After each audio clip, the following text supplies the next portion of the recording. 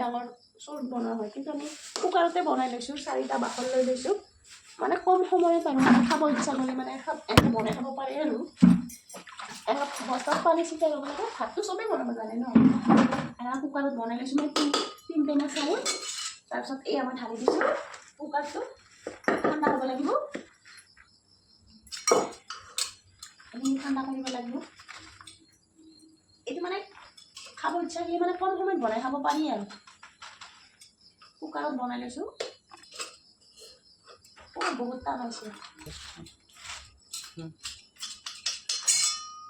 আমাৰ ইয়াৰ আহোমসকলৰ দিনৰ পৰাই চলি আহিছে। এয়া সাজ বুলি কয়, কিছুমানে কেঁচা মদ বুলি কয়। এয়া মোৰ কম সময়তে হৈ যায় বা কুকাৰত বনাই দিছোঁ। কয় সাজ বুলিও কয়, কেঁচা মদ বুলিও কয়, মানে বেলেগ ভাষাৰ বেলেগ কয় ন। এইটো পুৰা ঠাণ্ডা হ'ব লাগিব। ঠাণ্ডা হোৱাৰ পিছত মই ইয়াৰ 4টা বাকল লৈছোঁ, গুড়া কৰি ল'ম।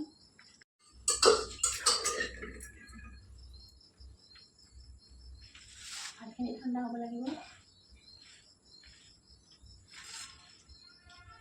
এতিয়া মই ভাতখিনি গুড়া কৰিছোঁ।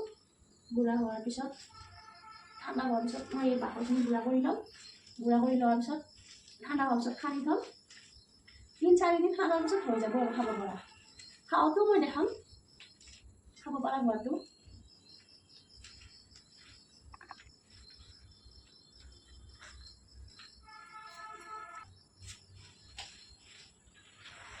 সোনকালে ঠাণ্ডা হ'ব বুলি মই ফেনটোও চলাই দিছোঁ। যেতিয়া ঠাণ্ডা হ'ব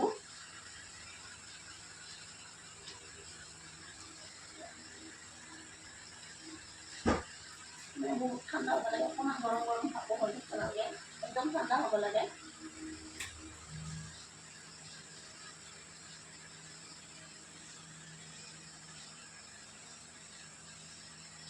বেছি গৰমত যদি খানা যায় তেতিয়া মানে টেঙা হয়।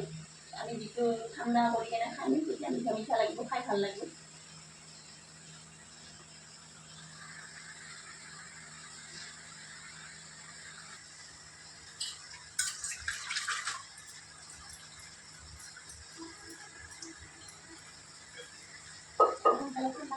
পানী শুকাইছে আৰু একবাৰ লাৰি দিয়াটো ঠাণ্ডা হৈ যাব। মই এতিয়া ঠাণ্ডা হোৱা লাগি গুড়া কৰোঁ।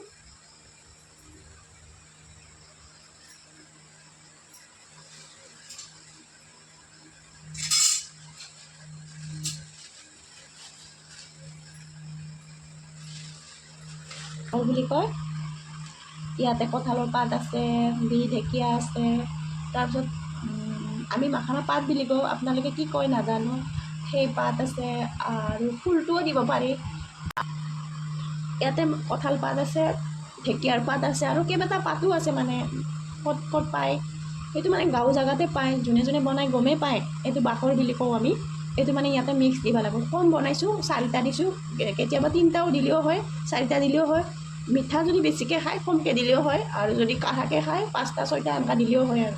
এইটো মই এতিয়া গুড়া কৰি লওঁ। এইটো ঠাণ্ডা হ'ব দিছোঁ। চাই থাকক, পূৰা মিহি কৰি ল'ব লাগিব।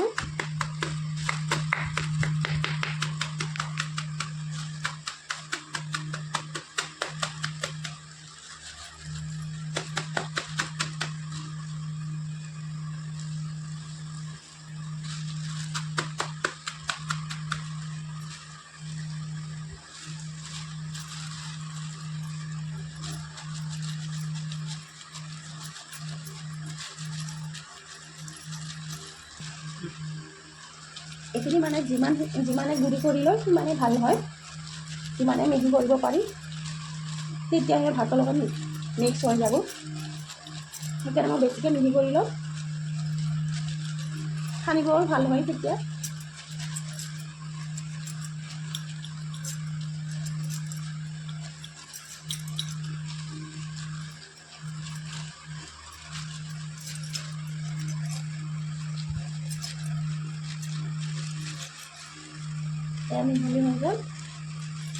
মিহলি হৈ গ'ল, ভাত ঠাণ্ডা হ'লে সানি মাৰিব।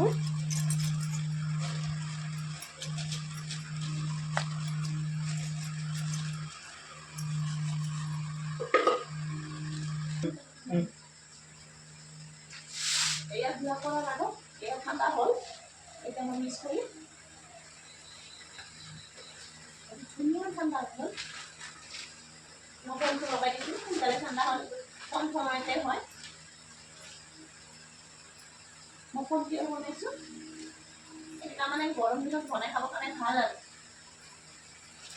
যাতে বিয়াৰ সেইটো বাহিৰা মিক্স থকা কেঁচা মাছ খাব নালাগে এইটো ঘৰতে বনাব পাৰে কম সময়ত বেছি টাইম নালাগে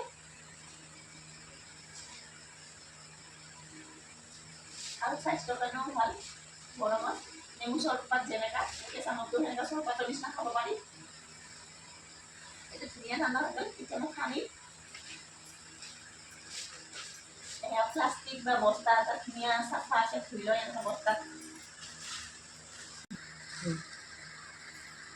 এতিয়া মই বাখৰ বুলি থৈ দিওঁ বাখৰটো গুড়ি কৰাখিনি মই ইয়াতে সানি দিম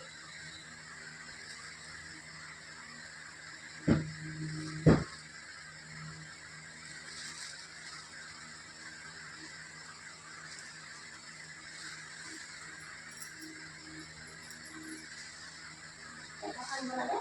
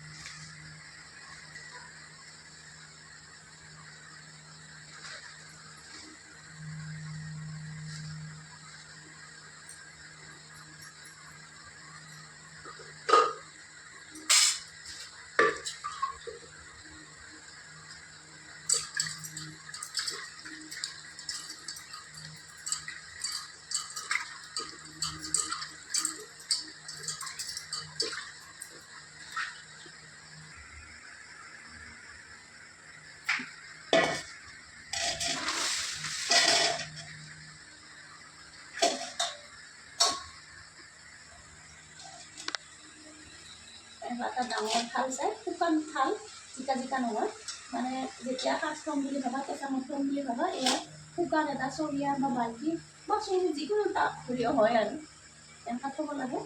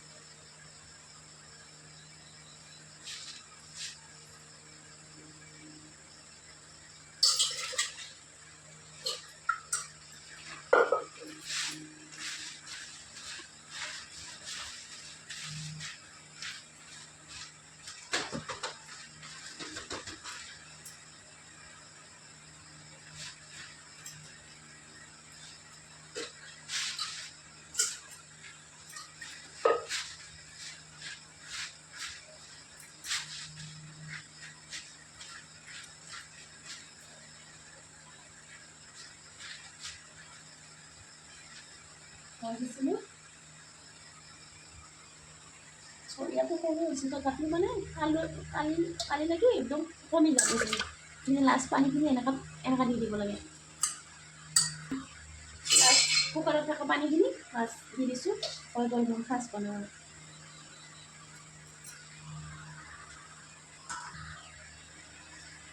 মই আজি প্ৰথম সাজ বনাইছোঁ সেইকাৰণে মই এটা পকা জলকীয়া আৰু ৰচুন এটা থৈ দিছোঁ